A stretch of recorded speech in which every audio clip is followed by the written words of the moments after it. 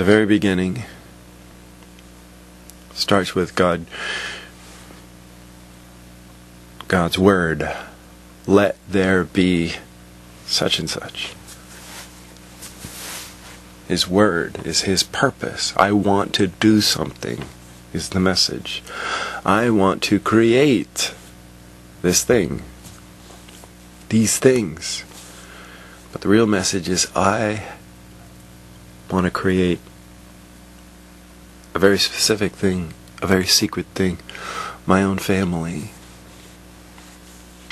And I don't want them to be robots. I don't want them to not have a choice.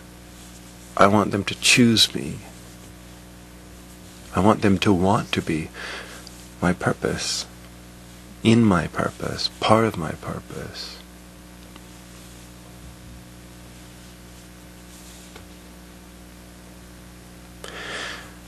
And the message in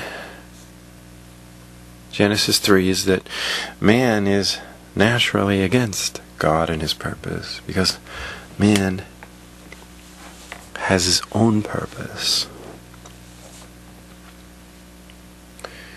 That purpose is what drives man, what speaks to man, what wells up cravings in man that need to be satisfied. And they all stand opposed to God's purpose. That He would have this thing, this family with Him where He is.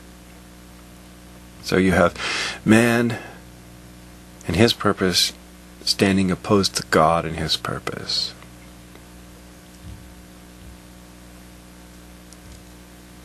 And then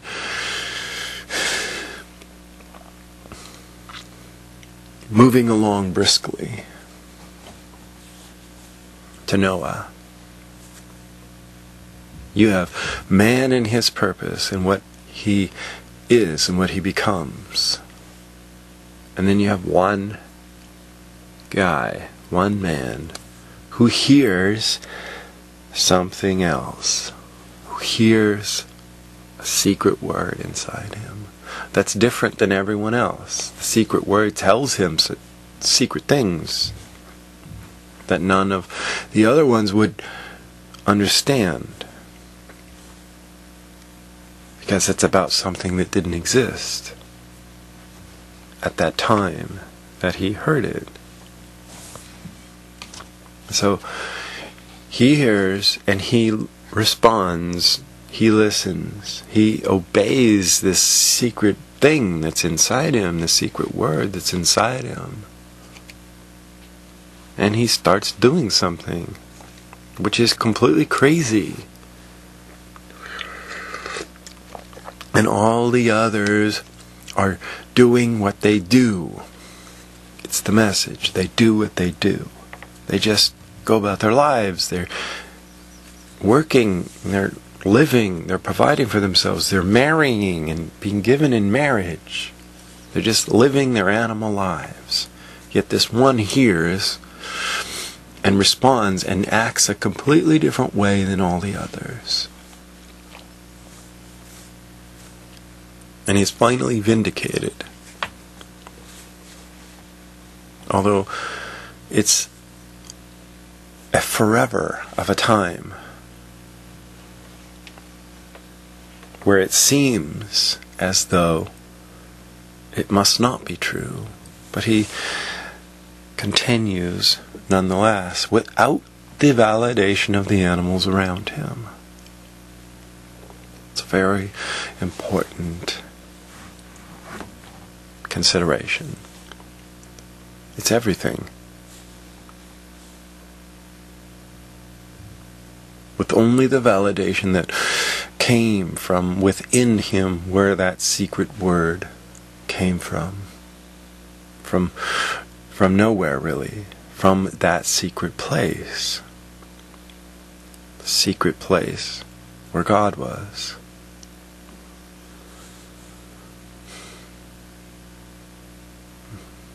Not revealing himself,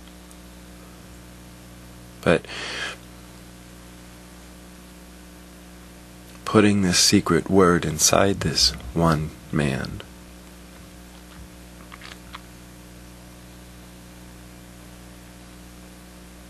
And the conditions are important.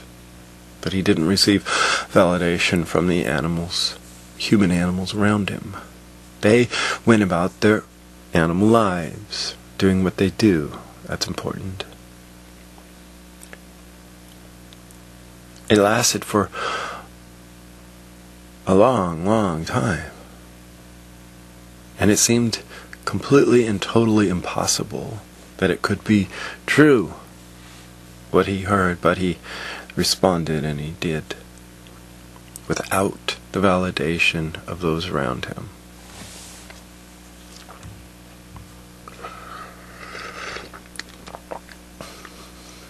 Moving along.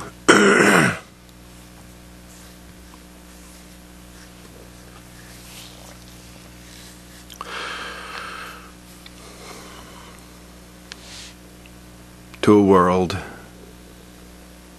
that was filled with these human animals again,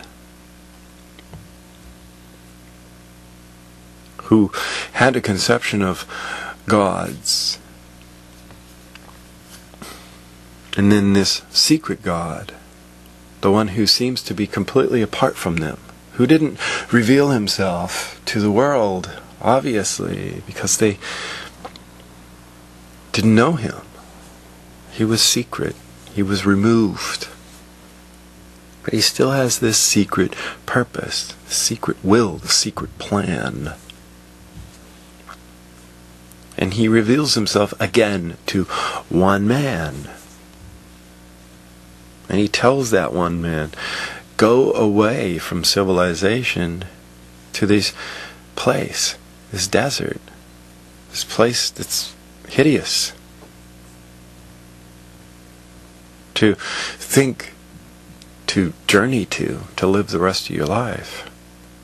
But he heard the secret word, like Noah heard that.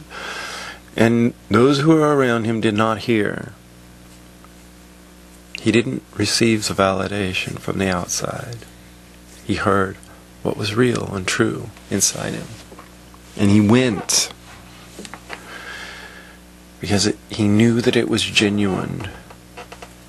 And he wanted to follow that voice, even though it was totally and completely secret.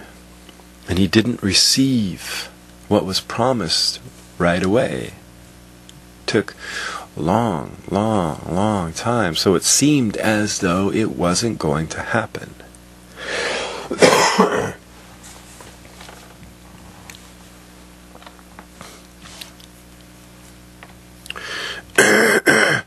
And he is a rehashing of the purpose. God saying, even though I'm completely removed from this creation, from these human animals, I still have this purpose. And the purpose is set, but it's secret. And I reveal myself in secret. I don't reveal myself in a public way, ever. And so God says, I have a purpose with you, one guy. And just like Noah, he responded because he knew it was genuine.